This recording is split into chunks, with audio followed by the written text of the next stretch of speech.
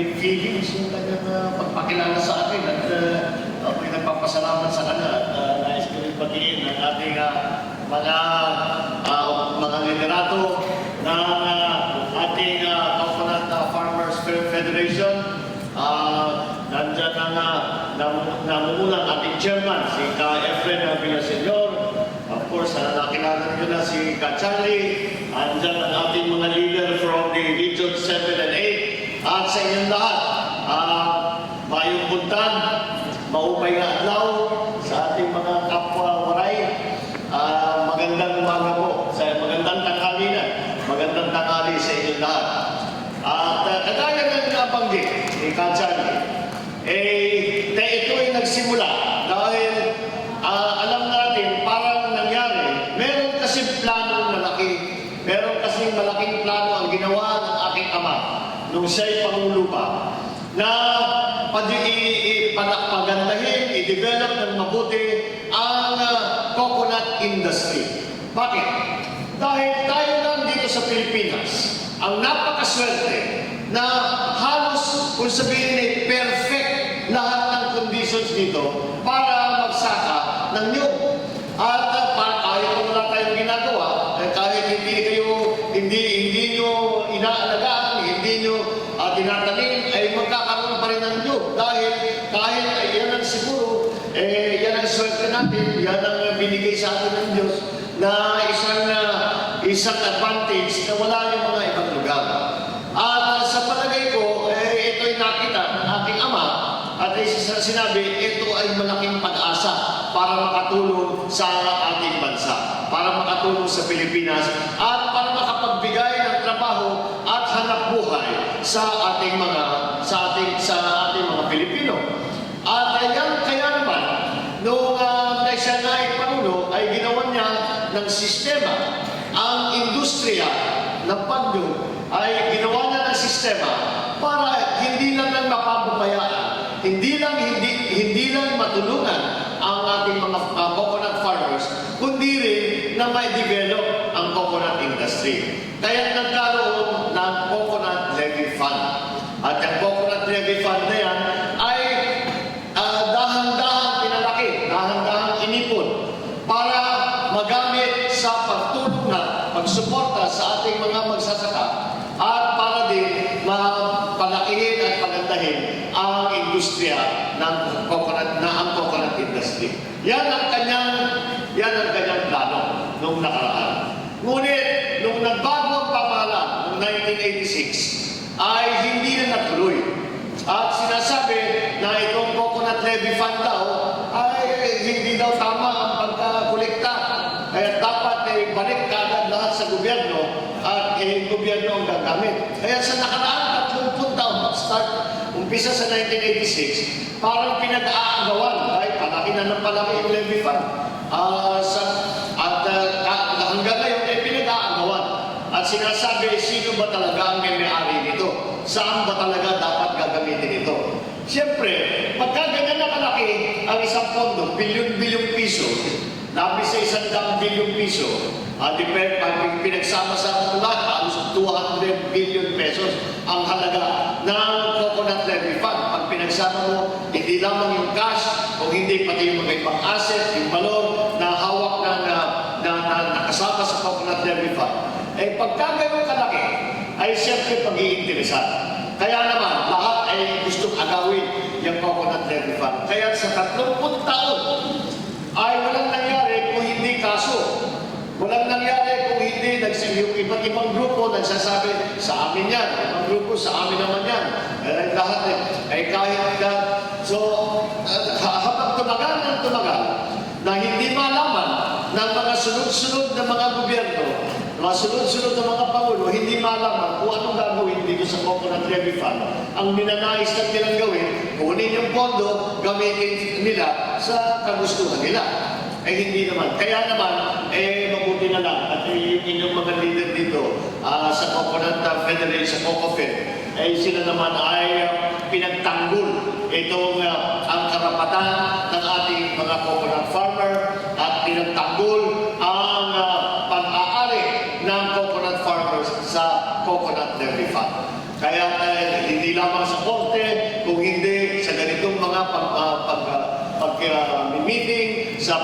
konsultasyon sa ating mga coconut farmers ay dahan-dahan nagkaroon ng liwanag.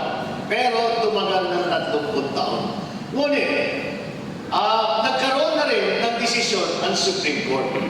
Ang sabi nila na ang Coconut Levy Fund, ang may-ari ay ang gobyerno. Pero, hindi simple na pag-aari. Ibig sabihin, sasabihin ng gobyerno, ayan, kami ng may-ari, kukunin na namin yan, gagamitin na namin. Ngunit, pinaliwanag ng mabuti ng Supreme Court na ang Coconut Levy Fund ay it is owned by the government. Ngunit, it is a trust ownership. Anong ibig sabihin ng trust ownership? Kung pagka sinabing trust ownership, ibig sabihin, ang gobyerno na ang may-ari. Ngunit, hindi magagamit yan, pondo na yan, kung hindi para sa coconut farmers, kung hindi para sa coconut industry. Kaya yan ang ibig sabihin, trust ownership. Ibig sabihin, sila lamang ang tigabantay ng pondong yan. Sila ang nakahawak ng pondong yan. Ngunit ang dapat maging beneficiary ng pondong yan ay ang coconut industry, ang coconut farmers. Di maganda na sana ang resulta. Dahil sinasabi maliwanag na maliwanag. Sinasabi ng Supreme Court na itong pondong ito, kahit hawak ng gobyerno, hindi ang gobyerno ang magsasabi kung saan gagamitin. Ito ang magsasabi kung saan gagamitin niya ay dapat yung mga coconut farmers din. Di maganda sana ang naging resulta. Ngunit ang ginawa nila ay kinalimutan nila yung trust, yung bahagi, yung salitang trust. Sabi nila, owner kami. Di amin na yan. At gusto nilang ilagay sa treasury. Ibig sabihin, kukunin yung Coconut Levy Fund, dadalhin, ilalagay sa bank account ng gobyerno, wala na yun. Gagamitin nila kung saan nila gusto. Hindi ibig sabihin, hindi kailangan mapunta sa coconut farmers kung kahit saan nila gamitin. Kung gusto nilang gamitin sa eleksyon, gagamitin nila sa eleksyon. Kung gusto nilang gamitin sa ibang bagay para bumili ng trend para sa MTR, yun, pwede nilang gamitin yun. Ay hindi maaari yan. Dahil sa aming pananaw ay maliwanag na itong pondong ito ay para sa inyo, para sa coconut farmers, para sa coconut industry.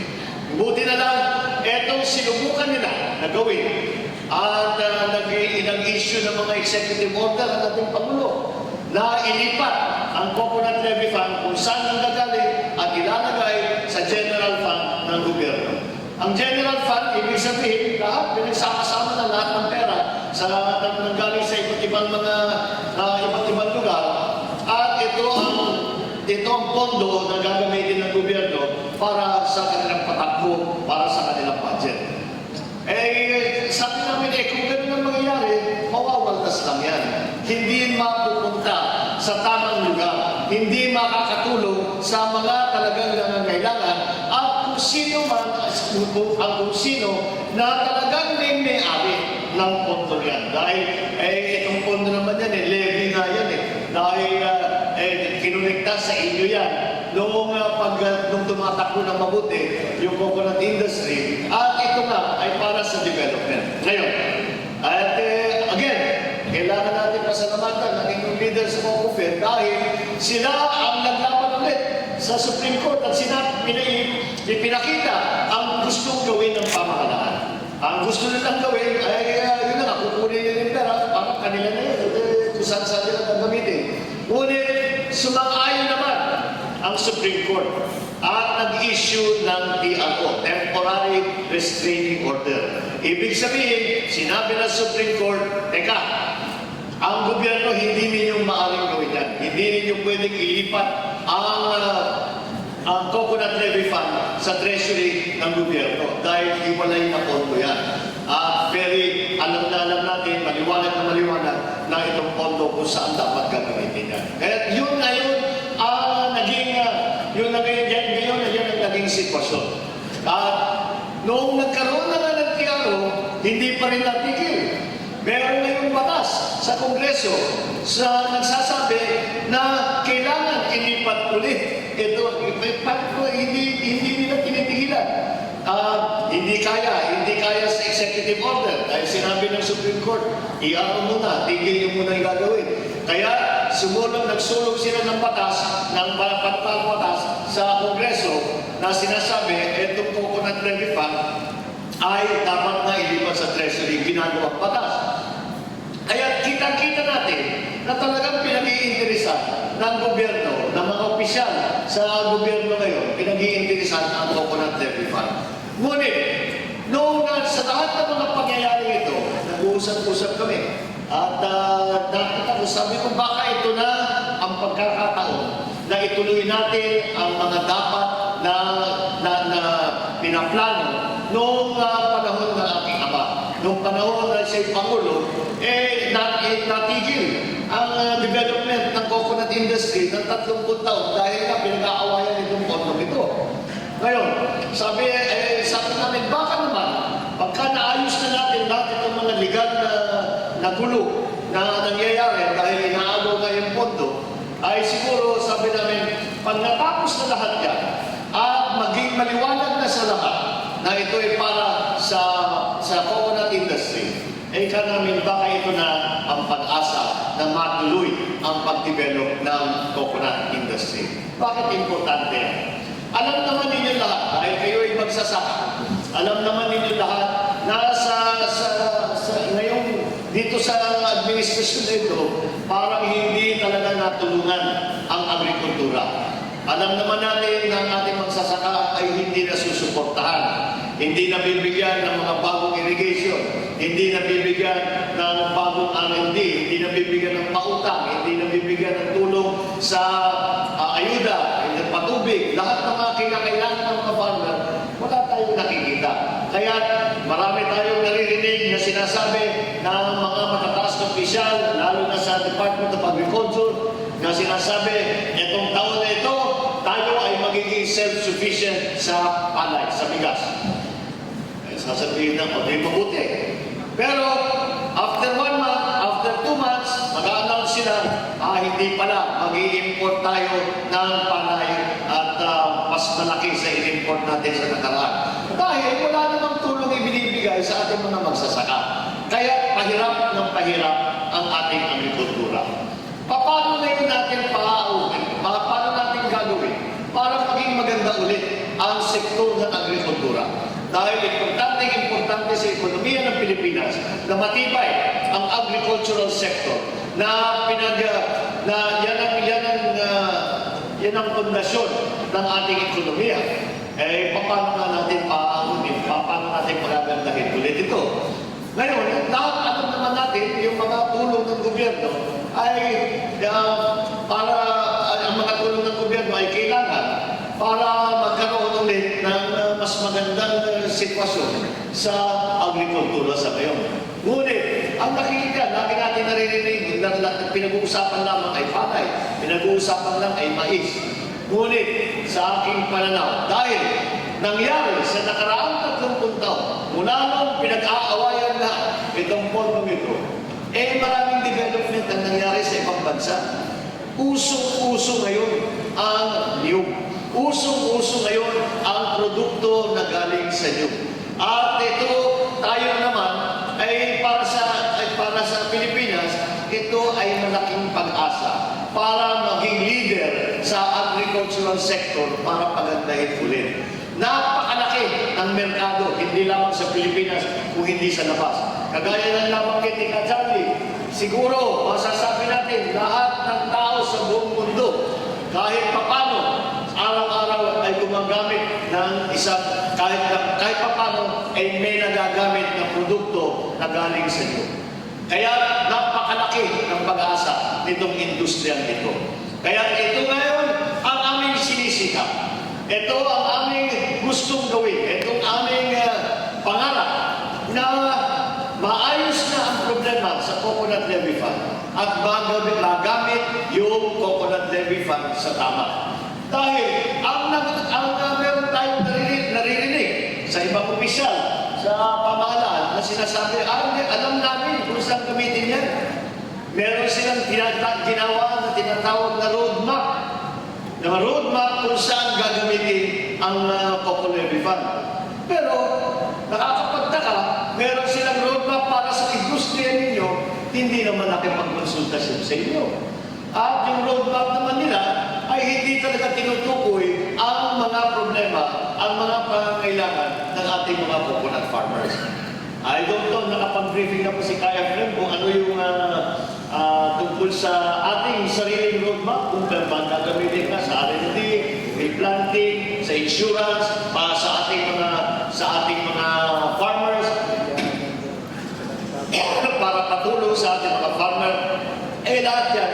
Bakit pa natin kailangan makinig? Bakit pa sila ang gagawa? Ay hindi naman sila ang coconut farmer. Hindi ba dapat ang mga coconut farmer ang kinonsulta? Kaya yan ang aming ginagawa ngayon. Ay pumupunta, umiikot at nakikipag-usap. Kaya itong meeting natin ngayon, ang tawag ay Coconut Farmers Consultation. Dahil kinukonsulta namin lahat ng mga coconut farmer kung ano sa palagay nila ang tamang gagawin dito sa pondong ito. Sa palagay ko, malaki ang pag-asa ng industriya at saka para sa mga nagsasaka ng niyo. Palagay ko, kung talagang magawa natin na maging na talagang nagbibigay ng tunay na tulong na para sa coconut farmers ay itong industriya ito ang mag-aahon ng ating agricultural sector at sa ganung paraan ay aahon sa ating ekonomiya. Kaya naman malaki ang potensyal ng coconut industry. Kaya naman kami sinasabi namin, talaga naman, palagay ko, pagka nagawa natin itong trabaho na ito, ay marami tayong matutulungan. At hindi lamang ang mga bawat isang magsasaka at ang kanilang pamilya, kung hindi na rin ang Pilipinas. Dahil malaking magiging tulong sa ekonomiya ng Pilipinas, at dahan-dahan natin makikita ang magiging effect ng coconut industry. Ngunit, kailangan natin gawin ang tama. Kailangan natin tiyakin na ang pag-manage ng kalaki-laking pondong yan ay ang patakbo at kung saan gagamitin, ang mga desisyon kung saan gagamitin ang pondong yan ay dapat manggaling sa ating coconut farmers, ang inyong farmer leaders, kahit lahat na tunay na nakakaalam sa sitwasyon at sa kondisyon ng ating coconut farmers. Kaya yan ang aming ginagawa ngayon. At nung nag-uusap kami, ay sabi ko, sayang naman kung walang tao sa loob ng gobyerno na ipaglaban ang karapatan ng ating coconut farmers at ipaglaban ang pag-develop ng coconut industry. Kaya naman, ay sinasabi ko, ako ay nagpipresenta na sinasabi ko sa inyo lahat, kung kayo ay papayag, kung kayo ay sasanayon, ako na ang magsasalita. Ako na ang magpapaalam sa ating ako na ang magtuturo sa ating mga kasamang ibang opisyal kung ano ba talaga ang plano, kung ano ba talaga ang pangangailangan, kung ano ba ang tama. At ito ay aking sinasabi sa lahat ng ating mga konsulasyon. At hinihingi ko na kayo ay suportahan ninyo ko. At ako naman, ang kagaya sabi ko, ipaglalaban ko sa gobyerno at ipapaliwanag ko ng mabuti. At kahit paano kung kailangan makipag-away, makikipag-away na rin ako para matiyak na hindi naman mawaldas yung pinaghirapan ninyo. Pero ninyo yan. Kayo naman kung hindi sa trabaho ninyo, kung hindi sa pagsasaka ninyo, ay walang coconut levy fund. At ngayon nga, na nabigyan na tayo ng konting linaw ng Supreme Court, asahan ninyo na kung ako ay igagawin kong issue ito sa lahat ng maaaring paraan. Sa lahat ng paraan na pwedeng gawin. Gagawin natin issue ito. At pagka susubok na naman sila na agawin itong pondong ito, ay ipagtatanggol natin. Kasama kayo, kasama yung ating liderato na COCOFED, lahat ng ating mga kasamahan ay magkakaisa para itiyakin na hindi mangyari ang pag-agaw dyan sa pera ng Coco Levy Fund para sa inyo.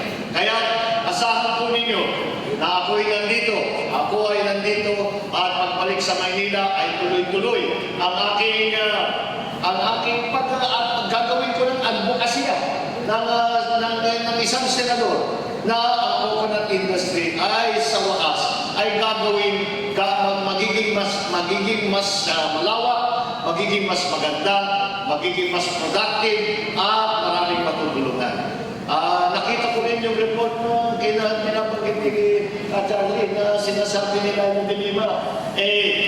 Sinasabi, ang coconut farmers daw mismo, ang organisasyon ng coconut farmers mismo, ang nagtitigil sa paggamit ng coconut levy fund. Paano naman nangyari yun? Kayo nakakaalam kung saan gagamitin. Parang sinasabi sa akin, yung pera ko, sinabi ng Supreme Court, pera ko yan Ngayon, sinasabi ko, huwag nung gagamitin yung pera yan para bumili ng laruan. Kailangan gamitin yan para bumili ng pagkain. Sasabihin sa akin, hindi, kayo pumipigil. Hindi naman akin yan Pera ko yan Bakit kayo magsasabi sa akin? Paano nyo sasabihin na pinipigil namin? In other words, ang totoo dyan, yan na naman. Gusto na naman nilang agawin. Huwag natin papabayaan yan. Hindi natin papabayaan yan. At magtatagulan natin lahat yan. Kaya, mahirap kasi yung itong gobyerno ito, marami silang ginagawa na hindi natin masyadong maunawaan. Kagaya yung mga lump sum na nakita natin. There are, ang laki-laki na pati yung ang laki-laki na nakalagay yung lump sum. Ibig sabihin, pag lump sum, sasabihin, may pondo nito 100 milyon. Lump sum. Hindi sinasabi kung saan nagpagindi, hindi sinasabi kung saan nanggaling, hindi nagsabi kung sino may-ari, hindi sinasabi kung paano ang paggamit ng pondong yan. Bakit naman iba pang tao ang magsasabi sa inyo kung ano ang inyong pangangailangan? Bakit naman ang ibang tao pa, na wala naman sa industriya, ang magsasabi sa inyo na kung saan dapat gamitin? Kaya, ang aming layunin na pagka natapos ang ating trabaho na ito, ang aming layunin ay magkaroon ng organisasyon na kung saan nakaupo, nakasama ang ating mga representative na farmer leaders sa buong bansa, na sila ay may boses doon sa organisasyon na yun. At yung organisasyon na yun ang siyang magdidesisyon kung paano gagamitin ang pondo yan. Ngayon, kailangan muna natin tapusin ang itong mga legal na problema. Ngunit, ngayon pa lang, ay nagpaplano na kami at pinag-uusapan namin kung ano ba talaga ang pinakamaganda. Dahil nga, nandyan ang batas na sinasabi dito gagamitin, sabi ko, baka gusto ninyong dagdagan. At nabigyan na ako ng konting mga input na nanggaling sa inyo kung ano ba talaga ang dapat na organisasyon. Noong una, iniisip namin foundation. Kung hindi, GOCC or Government Owned and Controlled Corporation. Yun, kahit sa ngayon, pinag-aaralan pa natin. Ngunit darating din tayo sa desisyon, darating ng araw, na alam na natin kung ano ang dapat natin gawin. Yan ang gagawin natin. At ang susundan natin ay yung roadmap, hindi yung roadmap na nanggagaling na kung kani-kanino na hindi naman nawawaan ang coconut industry, na hindi naman nagtrabaho sa coconut industry, hindi naman kumayo sa coconut industry. Kung hindi, dapat ang pakinggan ay kayo na nandiyan na may pangangailangan na 30 taon na nag-aantay, na 30 taon na pinatulog ang industriya. Siguro panahon na nagisingin natin ulit. Gisingin natin ang industriya. Ituloy natin ang plano, yung original na plano na itong industriya ay mangunguna sa pagpaganda ng agrikultura ng Pilipinas. At ito ngayon ang sa palagay ko ang pinakamalaking pag-asa para sa ating agrikultura, para sa ating ekonomiya. At yan ang potensyal nitong industriya ito. Kaya kahit papano, yung trabaho ninyo, yung pagtsatsaga ninyo, yung pagsasaka ninyo, ay sana naman, pagka dating ng panahon, ay mabibigyan naman kayo na makikilala at magbibigyan kayo ng tulong para dahil naman sa trabaho ninyo sa ilang taon na hindi nakita, walang na masyado na may nabigay sa inyo, walang masyado na ibalik sa inyo. Ngayon, papabuhin natin yung sistema yan. Sa tulong ninyo, sa suporta ninyo, sa ating tuloy-tuloy na pagpupulong at pagkonsultasyon, sa palagay ko, ito na ang panahon, siguro, palagay ko, ito na ang panahon na aahon ulit ang coconut industry at kikilalanin sa buong Pilipinas na ang coconut industry ang bumubuhay